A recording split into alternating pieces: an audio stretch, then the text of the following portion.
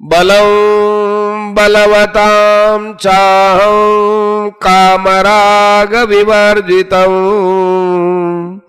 धर्माविरुद्धो भूतेषु कामोऽस्मि भरतर्षभ। हे भरतवंशियों में श्रेष्ठ अर्जुन, बलवानों में काम और राग से रहित बल मैं हूं और प्राणियों में धर्म से अविरुद्ध काम मैं हूं। व्याख्या: बलम बलवतांचा हम काम राग विवर्जितम। कठिन से कठिन काम करते हुए भी अपने भीतर एक कामना आसक्ति रहित शुद्ध निर्मल उत्साह रहता है।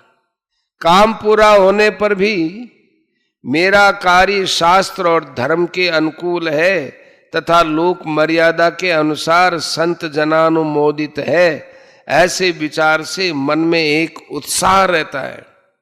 इसका नाम बल है। यह बल भगवान का ही स्वरूप है, अतः यह बल ग्राह्य है। गीता में भगवान ने खुद ही बल की व्याख्या कर दी है।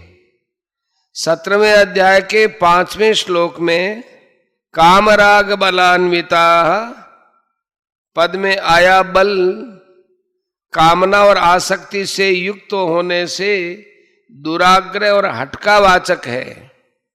अतः यह बल भगवान का स्वरूप नहीं है, प्रत्युत आसुरी संपत्ति होने से त्याज्य है। ऐसे ही सिद्धोहम बलवान सुखी 16वें अध्याय के 14वें श्लोक में और अहंकारम बलम दर्पम 16 अध्याय का 18वां और 18वें अध्याय का 53वां पदों में आया बल भी त्याज्य है। 6ठे अध्याय के 34वें श्लोक में बलवद दृढ़म पद में आया बल शब्द मन का विशेषण है। वह बल भी आसुरी संपत्ति का ही है, क्योंकि उसमें कामना और आसक्ति है। परंतु यहां 7वें के इस 11वें श्लोक में जो बल आया है वो कामना और आसक्ति से रहित है, इसलिए यह सात्विक उत्साह का वाचक है और ग्राह्य है। 17वें अध्याय के 8वें श्लोक में आयु सत्व बलारोग्य सुख प्रीति विवर्धना पद में आया बल शब्द भी इसी सात्विक बल का वाचक है। धर्माविरुद्धो भूतेषु कामोस्मि भरतर्षभ। हे भरतवंशियों में श्रेष्ठ अर्जुन, मनुष्यों में धर्म से अविरुद्ध अर्थात धर्मयुक्त काम मेरा स्वरूप है। 3रे अध्याय के 37वें श्लोक में भगवान ने जिस काम को संपूर्ण पापों का हेतु बताया है, उस काम का वाचक यहाँ काम शब्द नहीं है। यहाँ काम शब्द गृहस्थ धर्म के पालन का वाचक है।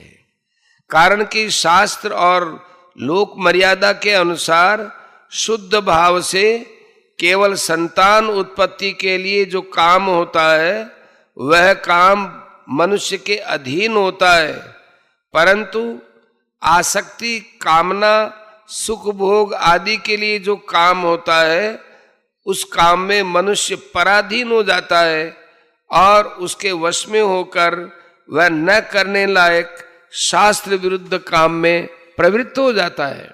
शास्त्र विरुद्ध काम पतन का तथा संपूर्ण पापों और दुखों का हेतु होता है। कृत्रिम उपायों से संतति निरोध कराकर केवल भोग बुद्धि से काम में प्रवृत्त होना महान नरकों का दरवाजा है। जो संतान की उत्पत्ति कर सके वह पुरुष कहलाता है और जो गर्भ धारण कर सके वह स्त्री कहलाती है।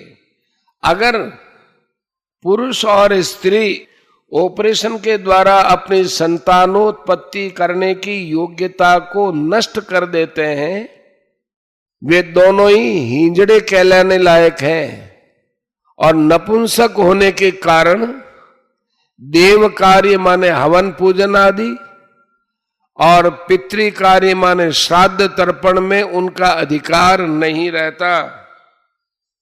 स्त्री में मातृशक्ति नष्ट हो जाने के कारण उसके लिए परम आदरणीय एवं प्रिय मां संबोधन का प्रयोग भी नहीं किया जा सकता। इसलिए मनुष्य को चाहिए कि वह या तो शास्त्र और लोक मर्यादा के अनुसार केवल संतानोत्पत्ति के लिए काम का सेवन करे अथवा ब्रह्मचर्य का पालन करे। परिशिष्ट भाव जंगम सृष्टि मात्र काम से पैदा होती है। अतः मनुष्य में जो काम धर्म से विरुद्ध नहीं है, मर्यादा के अनुसार है, वह काम भगवान का स्वरूप है। भगवान पहले कह चुके हैं कि मत्तः परतरम नान्यत् किंचिद अस्ति, और आगे भी कहेंगे ये चैव सात्विका भावा राजसास् तामसाश्च ये मत्त एवेति तान विद्धि नत्वहं तेषु ते मयि 7 का 12 वासुदेव सर्वम 7 का 19। अतः जैसे धर्मयुक्त काम भगवान का स्वरूप है, ऐसे ही धर्म विरुद्ध काम भी भगवान से अलग तो नहीं है। जो धर्म विरुद्ध काम का आचरण करते हैं उनको नरक रूप से भगवान मिलते हैं, क्योंकि नरक भी भगवान का ही रूप है। परंतु गीता का उद्देश्य मनुष्य को नरकों में अथवा जन्म मरण में भेजने का नहीं है, प्रत्युत उसका कल्याण करना है। उद्देश्य सदा कल्याण का, आनंद का ही होता है, दुख का नहीं। दुख कोई भी नहीं चाहता। अर्जुन ने भी कल्याण की बात पूछी है। उदाहरणार्थ शब्द अच्छे भी होते हैं और बुरे भी, पर व्याकरण में अच्छे शब्दों पर ही विचार किया जाता है, क्योंकि व्याकरण आदि मनुष्य के उद्धार के लिए है।